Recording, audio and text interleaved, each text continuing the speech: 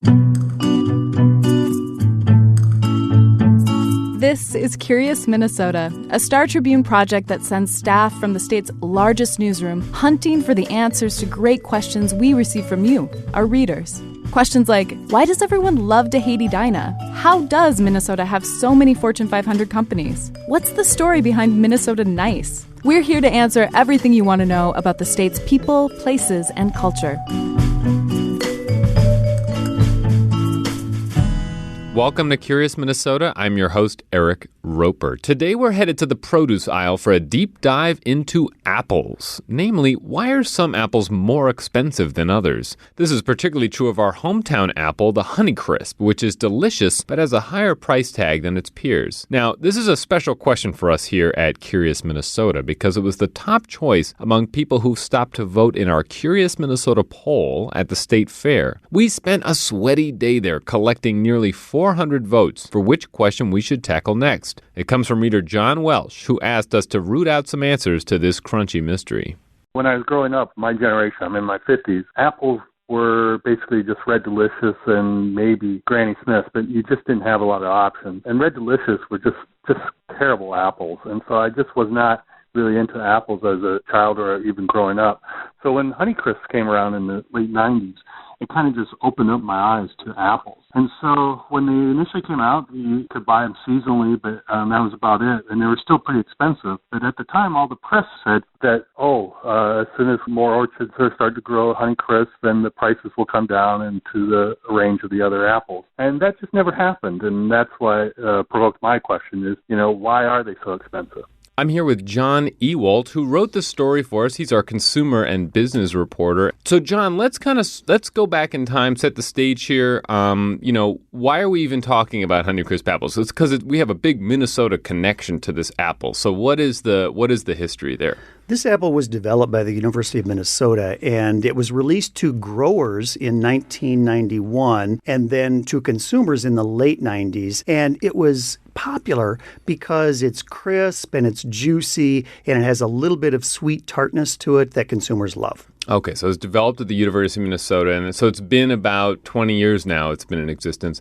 So what is the problem? Let's get to that issue. So John here talked about the price. What is the price? Let's start with the nuts and bolts. All right, well, the top end is about $3.99 a pound. And if you were to try to buy Honeycrisp at the beginning of the season, maybe in, say, July, August, you'd probably be paying that. But then as the season continues, it probably gets to a sweet spot of about $2.49 a pound. And that is really not a bad price because it's gone down about 30% from when the apple was first introduced. However, that's still a lot more than what consumers might pay for more ordinary apples like a Red Delicious, which could be as low as about $1.69 on average. I mean, are consumers very price conscious on things like apples and produce? I mean, is it a very price sensitive product? Always, yes, absolutely it is. Because, you've got so many choices that a consumer can easily see. It's like, whoa, why is Honeycrisp at $3.99 when this Gala is at $1.99? Right, and so Gala is sort of the star of the show these days with apples. It's number one in the country. So where's Honeycrisp? Number 3, is that right? It's at number 4 in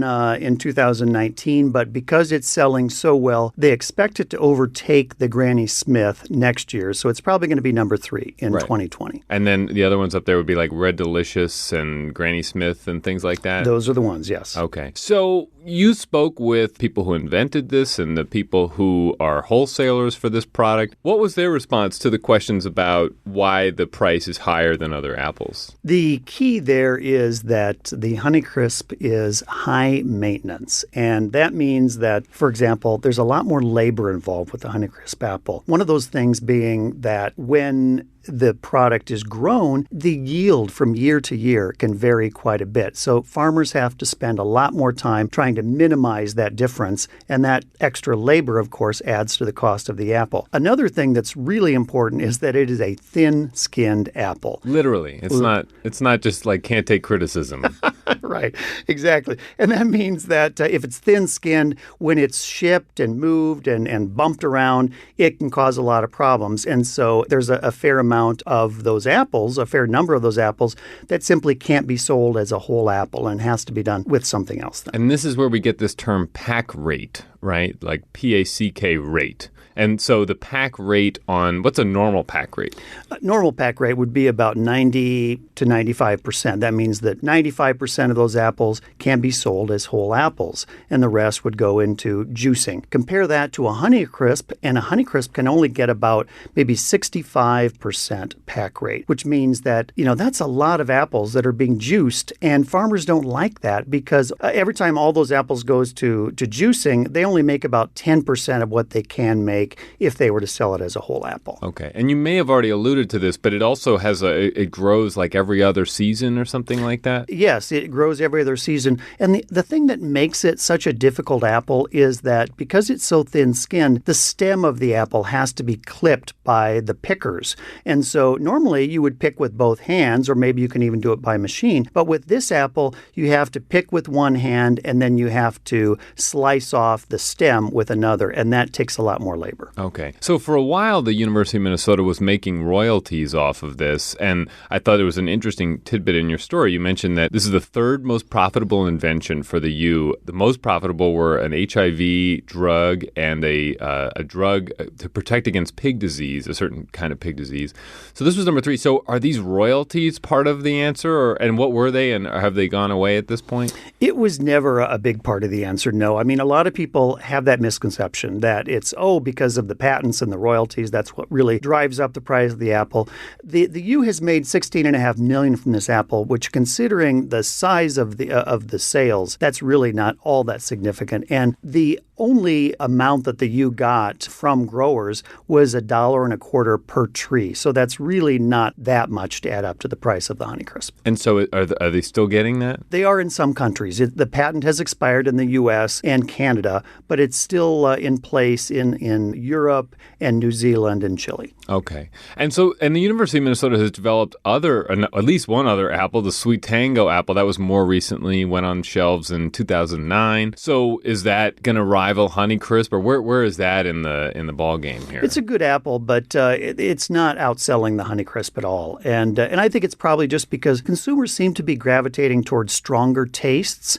And one of the things that the Honeycrisp has and others is that kind of tartness, a sweet tartness. And yeah, you've got Sweet Tango, so you might think it is, but it's still quite a bit sweeter than the Honeycrisp. So keeping in the vein of strange named apples, there's the Cosmic Crisp. Is that right? Yeah, that's a new one. This is a new apple. That may take a little bit of shine off of Honeycrisp, and it may actually lower the Honeycrisp price because it is so popular and it has a lot of really good qualities. It doesn't have all of the issues with the pack rate that the Honeycrisp does, and plus it's even a little bit tartar and juicier than the Honeycrisp. So that is an apple that you buy pretty much at the end of the season. So you'll start to see it a lot in December, and it has great qualities. Like, for example, it's really hard to bruise. And so it can last a long, long time. And if you cut it, it doesn't brown as quickly as other apples. And so that's a pretty new apple then? It is. And that came from where did that come from? That actually came from Washington State. And, on the high end, you still might be paying about $3.99 a pound. But believe me, it'll go on sale and you should be able to get it for about the same. It seems like Minnesota's kind of a player in the apple game in a way that maybe some other states might not be. Why us? Why Minnesota? Yeah, apples tend to like a cooler climate, and so Washington State, Minnesota, we tend to probably have fewer pests, and so you just can get a bigger crop that way. Okay, I mean, and then sort of moving aside from these new fun apples, there's Red Delicious, which I don't know. I guess we can all give our personal opinions. I don't like Red Delicious apples. I'm not sure if a lot of people do. Why do we keep making Red Delicious apples if we've moved on? We've gotten better apples, right? So why I have these around? Your guess is as good as mine, Eric, because I'm no fan of that apple either. And even our questioner, John Welsh, also had a description for the Red Delicious that I couldn't put in print. And so I think it's partly because it wears like iron. It's a very tough apple, so it always looks good in the stores. It's got a great red color, and I think it might really be just because it looks so good, doesn't taste so good, but it looks good. Okay, great. Well, John, thank you so much for coming in. We learned a lot today about apples, and everybody should go read John's story on StarTribune.com. Thanks so much, Ton. Thank you, Eric. Thanks for listening to Curious Minnesota. We want to hear from you. Ask questions and read more stories online at StarTribune.com/curious. Our show is recorded at the Star Tribune's headquarters in beautiful downtown Minneapolis, and our music is produced by Matt Gilmer. If you like the show, please rate us on iTunes or leave a review. And until next time, stay curious.